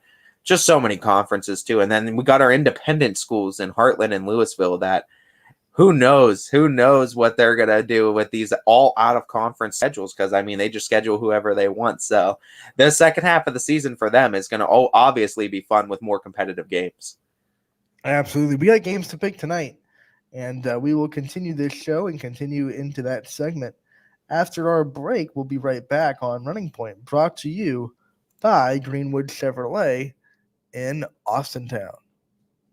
Every customer has a story, and at Greenwood Chevrolet, we are committed to making sure it ends with you in the right vehicle.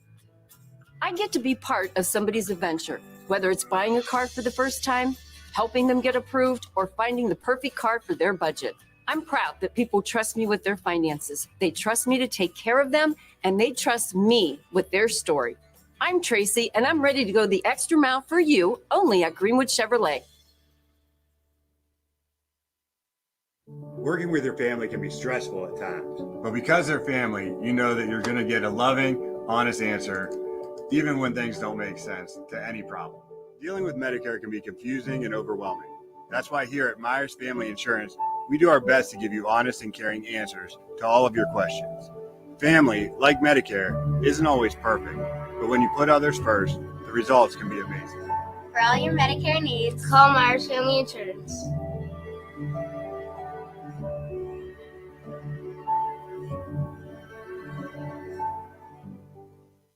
It's storm season. I think we're under the gun for some heavy storms over the next couple of hours. And Storm Tracker 21 is ready. This is probably the one we're keeping a closer eye on. On air.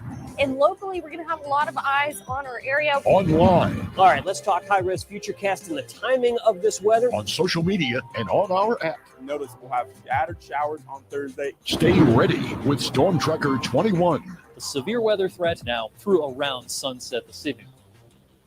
Hi, this is Tommy Clem, owner of WRS Insurance Solutions. WRS Insurance Solutions is a local independent agency that specializes in life, Medicare, long-term care, and disability products. Call us at 330-953-3600 3722 or visit us at wrsinsuranceSolutions.com to learn more. Good luck to all the student athletes in the Valley.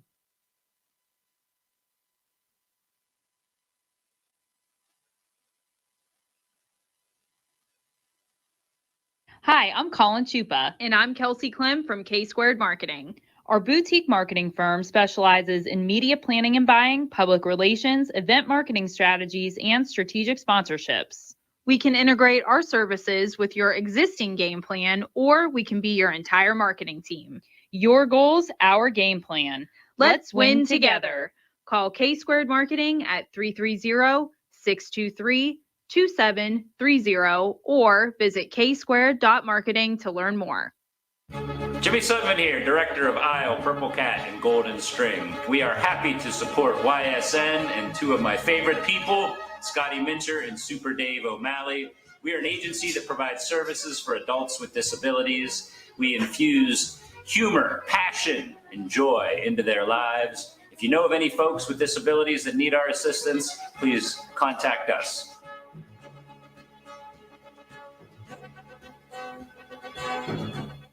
Your teams work hard and give it all they've got. Well, so does ours, because 21 Sports and YSN give you extra effort when covering local sports. 21 Sports and YSN, winning coverage of our Valley's teams. Planning a project around your home or rental property? Trust the electrical service to the local experts with 62 years of serving the Mahoning Valley. Joe Dickey Electric is your local go-to source for responsive, reliable residential electrical work. From everyday maintenance and repairs to new installations, electrical upgrades, and safety inspections, no job is too big or too small. Call Joe Dickey Electric today, 800-549-3976, or visit DickeyElectric.com. That's DickeyElectric.com. Dealing with Medicare can be confusing and overwhelming. That's why here at Myers Family Insurance, we do our best to give you honest and caring answers to all of your questions. Family, like Medicare, isn't always perfect, but when you put others first, the results can be amazing.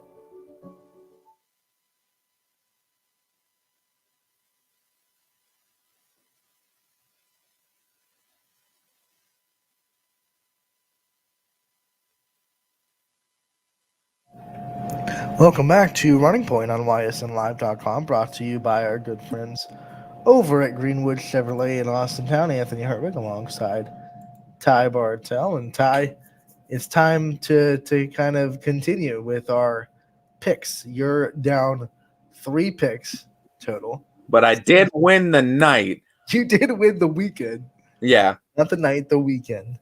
I did win the weekend, so I do get to a chance to either take or defer pick number 1, which I think I am going. That's actually a good question. Well, what is pick number 1 actually? Can you at least inform me on that? I don't know if I want to. Yeah, I'll get you. Hold on. The first pick of the day is going to be Lowville at Heartland Christian.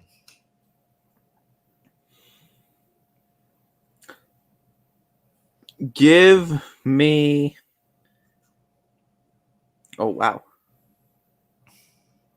Lowville at Heartland Christian or Latonia? Latonia, sorry. Saw that wrong.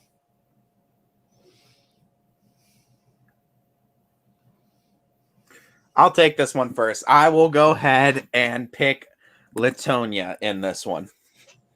All right, right now the fan vote is 50-50. It's split right down the middle. I'll take Latonia.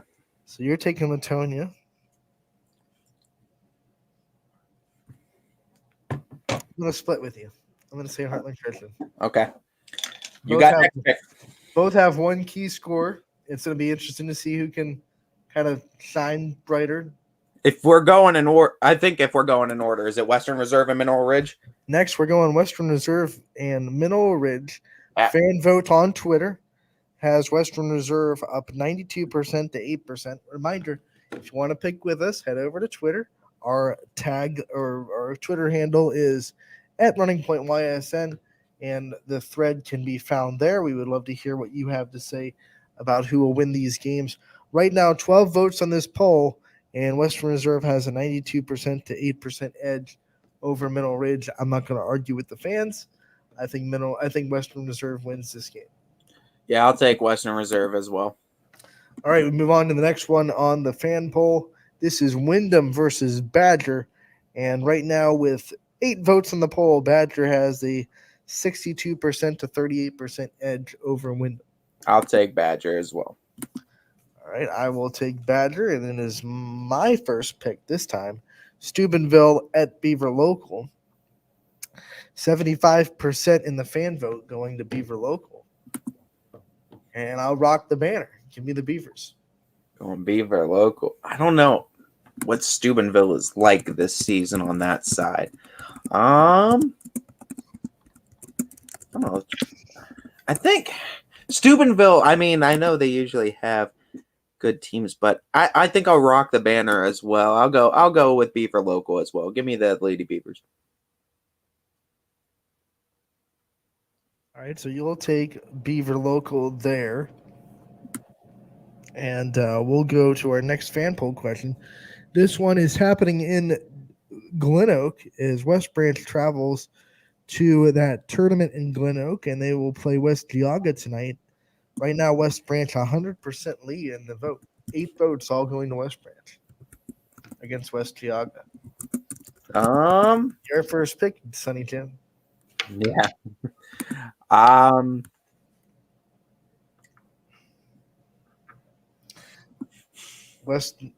thinking East Canton. West Geauga is a team that Poland beat in a buzzer beater last year in the district tournament. Actually, sent into overtime with a buzzer beater and then won in overtime. I'm going to go West Branch just because of the height. I know West Geauga's solid. I think they're going into this one either a 500 or 5-4 or something like that.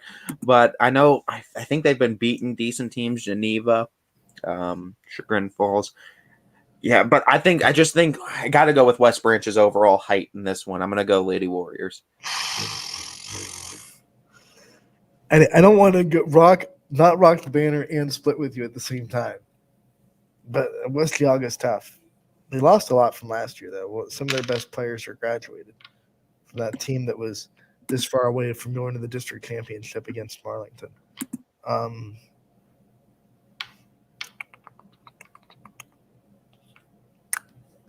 Not going to split with you. Not on this one time. Gonna rock the banner with me.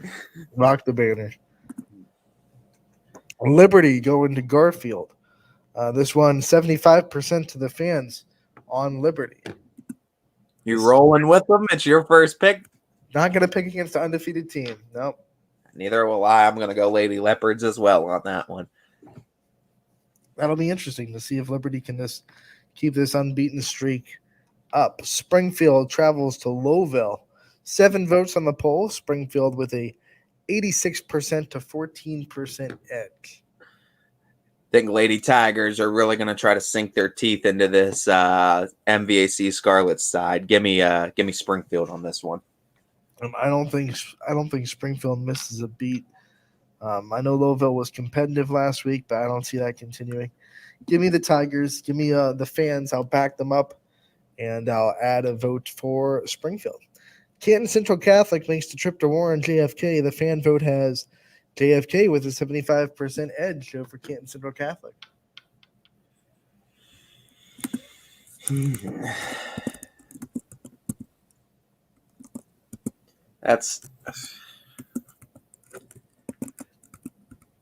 These are the schools too. Like all these ones are the ones where they have so many, I feel like, up and down years.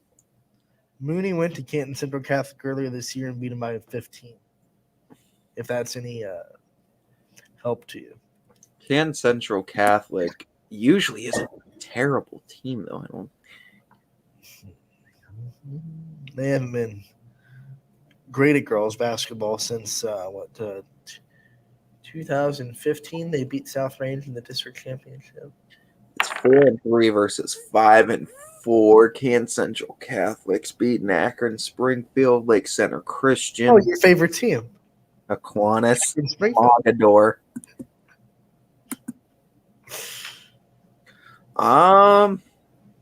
Mogador's 4-4 too, and I don't. You said they beat Mogador? They did. What was the score? They beat Mogador. I'm going. I got to rock against the banner on this one. Give me Canton Central Catholic. Okay, but what was that Mogador score? Why you want to know it? Why don't you go look up your own information? You just love Flanagan. That's a big team. I know that was on both schedules. I know Mogador faced JFK. Give me Canton Central Catholic. Come on, give me the score. Fine, you know what? Come on. I'll waste our audience's time, and I'll go look up the score. I don't care. Looks up his own information. I can tell you the score. No, not now. Don't do it now. I've already committed. Don't do it now.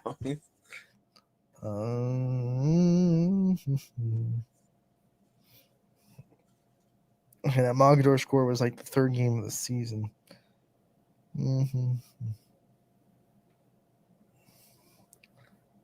43-31. Dang. Yep. Give me Canton Central Catholic.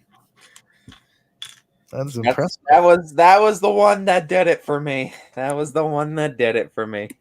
A big one is both teams try to stay afloat in the MVAC.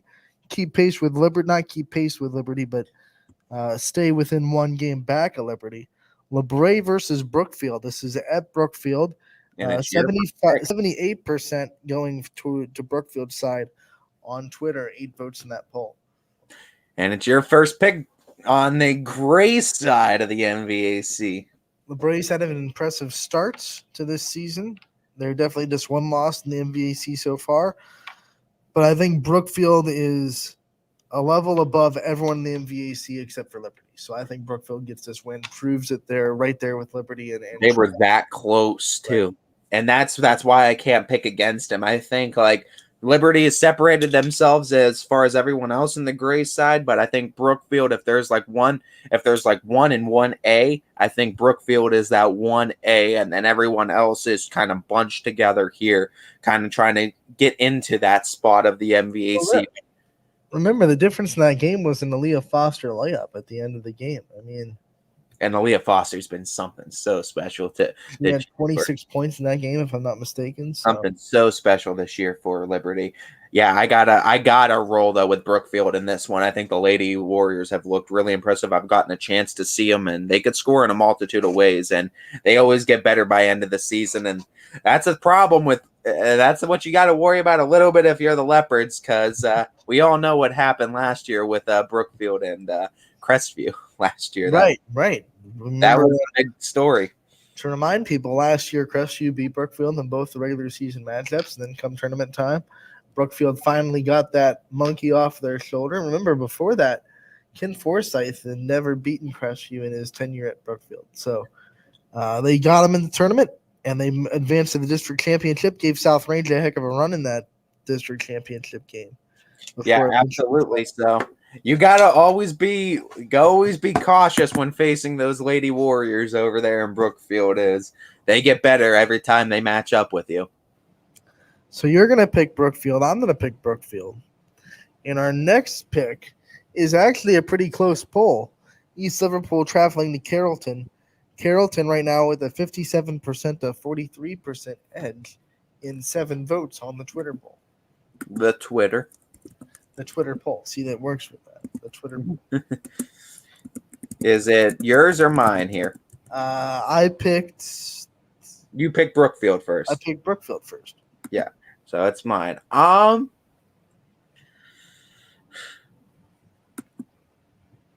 Carrollton came within 2 points of beating West Branch, but I believe they're still winless on the season. They're winless going into that game. 4 points, by the way, not 2, 4 against West Branch. I will. Why am I helping you? You didn't help me. Because I'm just a more gentleman. I'm more of a gentleman. That's exactly why.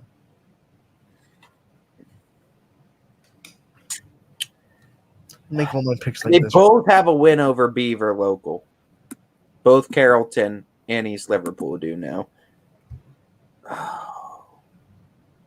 I know East Liverpool played West Branch early in the season, but if memory serves correctly, I don't think that was a score they want to remember. Do I take into factor that Carrollton was more competitive against a West Branch team? Or do I just take that into consideration that it's conference and conference games are just going to be a little bit more competitive? East Liverpool has more wins. Who's played the tougher schedule?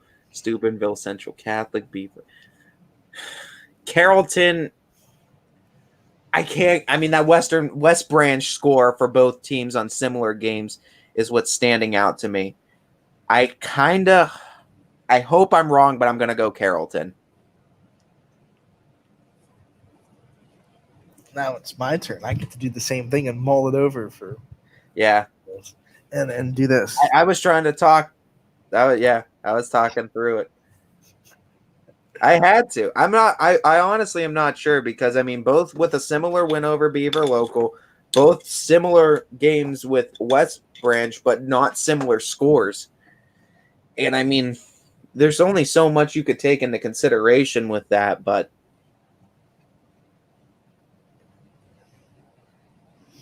let's see. Now I get to look up my own stuff. Yeah, but that West Branch game for East Liverpool was literally their first game of the season. Yeah, I know. They barely beat Beaver local. But then they smoked Indian Creek. Lost to Harrison Central. Lost to Edison pretty badly. Barely beat CCHS. Carrollton has one win on the year. It's hard to pick a one-win team. They got smoked by Marlington. Competitive against West Branch. They should not have lost to Minerva. Oh, I know. That's what I'm saying. Looking at both sides, they lost to Beaver local, but East Liverpool beat Beaver local. I thought they got a win over Beaver local. They beat the Beaver local. Sorry, 56-37 at home though, and this game is also at home. We have West Branch ranked, and it's like if they would have beaten a ranked West Branch team, I think I would have easily just said Carrollton that they're rolling. The fact that they lost did make me mull it over, but still, I understand it's conference, but we've seen that Lady West Branch team just dominate teams like Canton South, though, in conference. So it's still a lot for Carrollton to stay competitive. Carrollton's already played Marlington as well and Dover. That's what I'm saying, looking at that schedule. I know. You know what? I'm not going to split with you. I'll go Carrollton as well, especially in see. I hope I'm wrong, though. I really do. And then Coach Reed could come on tomorrow and tell us to stick it. I really feel bad that we're picking against him when we're having him on the show tomorrow. But East Liverpool, I think you win this game, too. That's huge for the program, too. You already got that win over Beaver local, and I know we're going to talk about that because I'm sure everyone in East Liverpool wants to talk about going 2 for 2 in the basketball season against Beaver local. Newton Falls going to Crestview, and right now Crestview has all bid of this poll, 100% to none. And it's your first pick. Do I roll with Crestview? Or do I go with Simbach and his Tigers? This one is actually a lot closer, I think, than the vote is giving it. I think I have to do some stuff too. I have to mull this one over.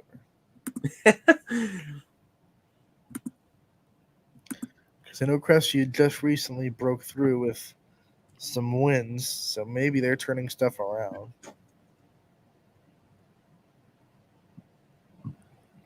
Maybe Louisville and what is that? Leipzig?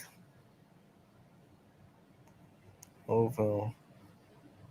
They were competitive against Brookfield, only lost by 4. Got smothered by Liberty. They didn't play champion, so they haven't played in a week. Newton Falls, they have more wins, 3-5 on the year. Let's see, they've beaten Valley Christian, Mineral Ridge, and Heartland. 3-0, and they've lost to Harding champion, LaBrea, Liberty, and Southeast. They're on a 5-game losing streak. They've scored 28 points, 29 points, 18 points, 18 points. Oh, no. Their offense is on a big skid. Big skid. I'm going Crestview. I'll go Lady Rebels as well. Give me Crestview. Wow. I just made your job super easy. You're welcome, by the way. I could have just been silent through all that. But, I'm better than you. So we'll see. We'll see. There is an East Niles poll, but reminder that game is not happening. But, hey, for the sake of it, the Bears are winning the fan poll. So 63% of you think East is going to beat Niles tonight. Rep East. Next is Camel versus Champion. Champion with 89% of the fan vote. 9 votes on this poll. Give me Le Champion.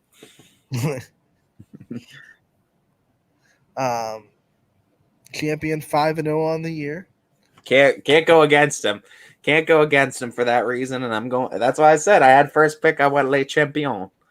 Big win over Garfield last week on Thursday, 61-58. They get the win, and that was a power ranked Garfield team, by the way, on the 10th spot. Knocked them out of it. Knocked them out of it enough to knock them out of it. This is a big week ahead after this Camel game for Champion. They have Struthers, who's streaking in the right direction. Brookfield, LaBrea, Liberty are their next 4 opponents. Yeah, and I mean, you come out looking pretty on top of that. I can't see how they are not in power rankings then. They need this Camel game to give them momentum. I don't think they're going to let their foot off the gas at all. And this might be a rough night for Camel. Going Le Champion as well. Le Champion. Why are we doing this? Why are we doing this in a French accent? It's because it's purple and gold, and that's LSU's colors, and they spell "go" like a French. So there you go, Anthony providing reasons. You did it, but apparently I did it, and Anthony just have to rationalize all of Ty's wacky decisions. You gotta make up for my randomness and just give a reason why. Yeah, they're purple and gold, and we were feeling a little bit of LSU, so we went with the French Quarter and royalty. Pick Le Champion. Oh, sacre bleu. But yes, we both pick Champion. As I think we have a couple more. We do. Waterloo going to Sebring, and the Vikings have 100% of 9 votes on the poll. And it's your first pick. I'm not gonna argue with the fans here. Waterloo breaking into the power rankings this week, and they're not gonna go anywhere at all. So I say they win. He's going with the Lady Vikings. Give me Sweethearts as well, right there. Sweethearts all day. Waterloo, 100%. Let me go with Lady Vikings staying in the power rankings with another win. And now we go to Jackson Milton, where the Blue Jays are taking on McDonald. 71% of the poll going to Jackson Milton, and 7 votes casted so far. Still 20 hours and 25 minutes left to cast a vote on Twitter at Running Point YSN. I know it's my first pick, and I just want to say that I think McDonald's offense is a lot better than the showing that they had against Waterloo, and I do think they figure it out. However, I do think this is a Jackson Milton team that just has so many different weapons, albeit they have 7 girls, but they're all capable of beating you, and they're all capable of playing basketball at a high level, at the high school realm, high varsity level. So give me the Lady Blue Jays of Jackson Milton in this one. I am hoping for the Blue Jays' sake that Carla Blancafort is back in the lineup tonight. Because down to 6 players on that roster if she's not. This puts you in a really tough position against McDonald's defense that played really well against Waterloo. And they're going their defense did not let them down in that game. It was the offense that could not score. And I think you read those numbers when you hold a team to 37% field goal percentage. I mean, that's a good night. So, I mean, it might be a rough shooting night and a rough night for Chelsea Wheeler and Kylie Wilson. They're going to need to get their spots and pick their spots correctly too. And it's going to be a lot on the defensive side too for Jackson Milton that I think it's going to be pressured. I think this game is closer than the Waterloo game. Absolutely. I think so as well. That's why I said. I can't see a team coached by Coach Matizzi to lose like that twice in a row. Give me Jackson Milton though. I'm on the call tonight. I can't just ignore the fact that McDonald lost 40-13. I think they're gonna snap back and beat one of the best. They teams. have still been competitive, and I think they're going to get the train rolling, and they're going to figure it out. I mean, you also got to take into factor, though, Jackson Milton's home, too, and that's always a huge factor, is being home against these teams. I want to actually backtrack a minute and remind people we just got this in. So some breaking scheduling news. The Waterloo Sebring game is postponed, so it is not happening tonight. So we will have to see when that game is going to be rescheduled, as getting some breaking news as of late. And we'll obviously, when we get the updates, we'll keep you updated too on the network. I believe that means we've picked every game. I believe so as well. And I believe with that game also being canceled, I believe we are left with, I think, almost every game covered then tonight as well, because with that game being postponed now, I think every game it should be outside. The only game that's not green on my end is Windham at Badger. Windham at Badger too. You couldn't get anyone down to Kinsman tonight too. Busy night for a lot of people, but that game is happening too. 9 games on the network, 10 games happening. 10 games happening, and hey, 9 out of 10, a 90%. We'll take our A- and walk out the door with it for tonight. I think A- on some scales. South Range 94 to 100 is an A, so you'd be getting a B. Yeah, well, I mean, I was going more college range. That's the grading scale I had to go through for 12 years of my life. This is a grading scale too for most colleges. I mean, you have to give above 94 for an A. They just go A- 90 to 94, and then it's a B if you dip under 90. Yeah. Why is well, an A is an A, right? So it's like, oh, you have an A-. I don't care. It's an A. No, not at Kent. At Kent, you go A is anywhere from 94 above. Yeah, I know, but like from like a GP, does A- affect your GPA? Oh yeah. Or you it all factors into a GPA calculator. It's all weighted differently. An A- is weighted different than a B+. It goes A-, B+, B, B-, C+, C, C-. So it's ranked. It's very finite. Why is she didn't do that? So it's all good. Times are changing, Anthony. I remember my first test at YSU, and I got a 92. I remember. I was like, dang, I got a B, because I was like endeavored into my brain that a 94 to 100 was an A. And so I saw that 92, and I was like, dang, I got a B. And I looked at it and said A, and I was like, what? Yeah, woo! Because 92 100 was an A at YSU, and I was like, thank God. So let's recap and make sure we're on the same page on our picks. We're only splitting on one tonight, if I remember correctly, and it's the first game we picked. Right? You picked Latonia, I picked Heartland. Yep. All right. So that's what we're splitting on. Everything else, we are equal. Western Reserve, we both picked the Blue Devils to beat Mineral Ridge. Yep. We both picked Badger to beat Windham. Yep. We both picked Champion to beat Camel. Yes. We both picked Brookfield to beat LeBray. Yep. Both picked Liberty to beat Garfield. Yep. We both picked Jackson Milton to beat McDonald. Uh-huh. We both picked Crestview to beat Newton Falls. Yep. Both picked Springfield to beat Lowville. Yes. And we both picked Beaver Local to beat Steubenville. Yes. All right, on the call for these games, DJ Yoakley will be in Heartland Christian. This is a 6 o'clock tip for Latonia and Heartland. Western Reserve at Mineral Ridge is going to be handled by Noah Doty. That game will be tipping off at 6 as well. Camel Memorial at Champion. Ian O'Brien will have the call from the Golden Flashes gym. Matt Morrison will be heading to Brookfield to cover LeBray at Brookfield. The school Boxcast will be having Liberty at Garfield. I will be in Jackson Milton as McDonald takes on the Blue Jays. Larry Scragg will be in Crestview as Newton Falls comes to town. Eric Hughes will be in Mobile as the Tigers go into Rocket Country. And then Beaver Local and Steubenville will be taken care of by McNuggies, Mike McKenzie.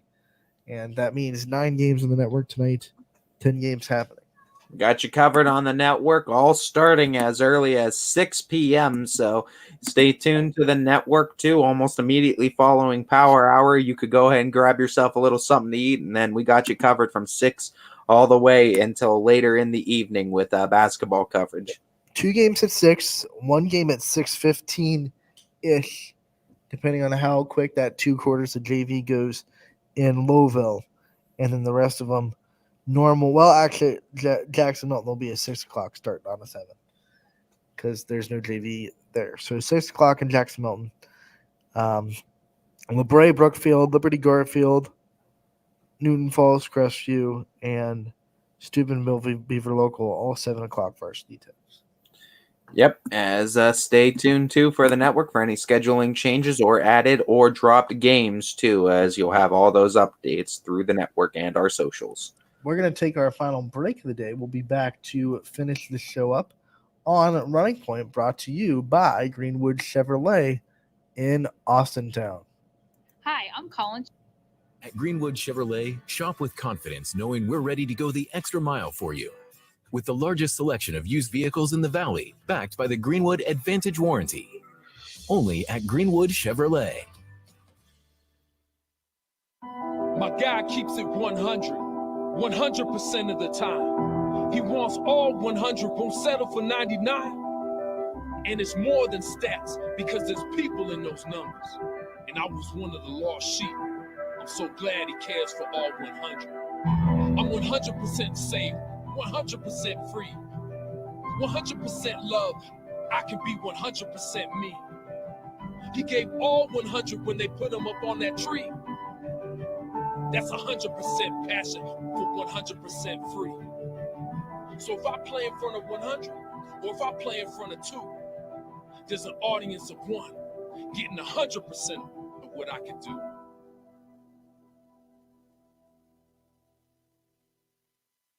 WRS Wealth Advisors is the area's premier wealth and retirement specialist. With our combined 70 years experience, WRS Wealth Advisors is the area's premier wealth and retirement specialist.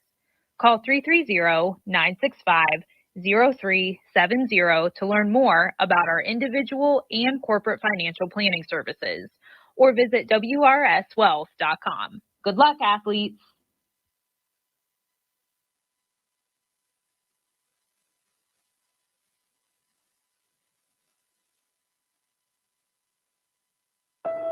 News doesn't stop after the sun goes down. Sometimes you just have to hustle to get it. At 21 News, no matter how far it is, no matter what it takes to get there, we're working to bring you the best stories and the freshest content at 11 p.m. with the context and clarity that makes it worth staying up for, no matter what time it is. 21 News at 11 with me, Aaron Simonek, and Derek Steyer. 21 News at 11, news that's worth your time. Coca's Pizza, proud to announce our pizza buffet's back every Wednesday at our Boardman and Campfield locations. Adults only $7.99 and kids only $4.99, and $2 beers starting at 8 o'clock. That's Coca's Pizza. We serve it hot. Every customer has a story, whether it's buying a car for the first time, helping them get approved, or finding the perfect car for their budget. I'm proud that people trust me with their story. I'm Tracy, and I'm ready to go the extra mile for you, only at Greenwood Chevrolet.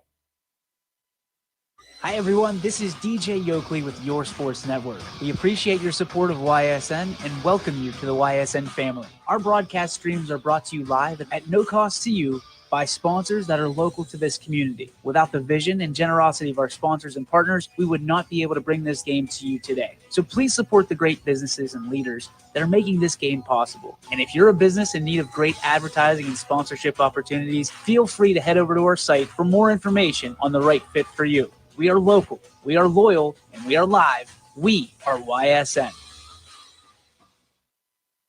Ah, the details. Baird Brothers Fine Hardwoods is one fine ride. Perfect cornering, superb handling, sporty and stylish, power to spare, plus awesome mileage. Yeah, jaw-droppingly beautiful lines and well-appointed with luxurious trim. Put more oomph in your life and start beholding the molding. Find your home's fine hardwood at BairdBrothers.com.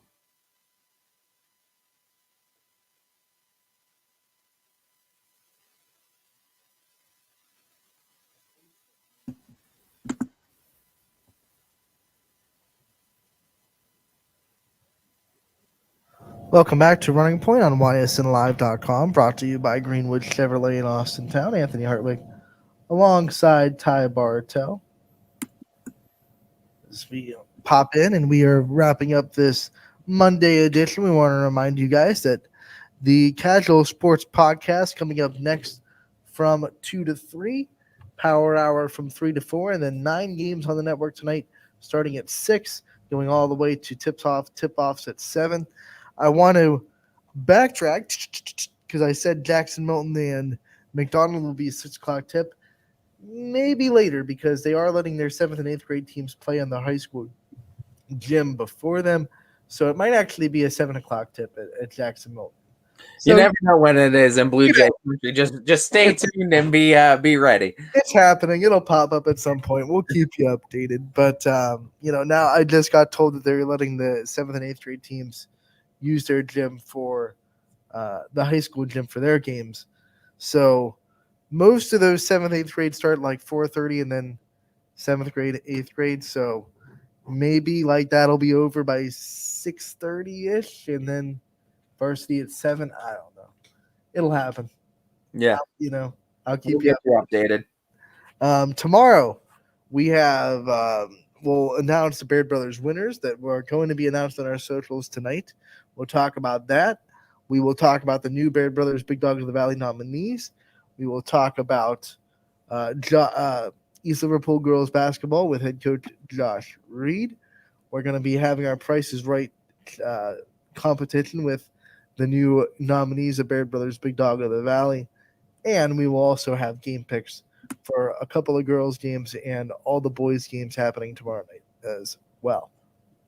Yep, stay tuned to the network for all updates and all of our socials, too, to get updated throughout the night. Me and Ty taking a 22-hour break. We'll be back tomorrow from 12 to 2. Have a wonderful evening, everybody, and we'll see you around.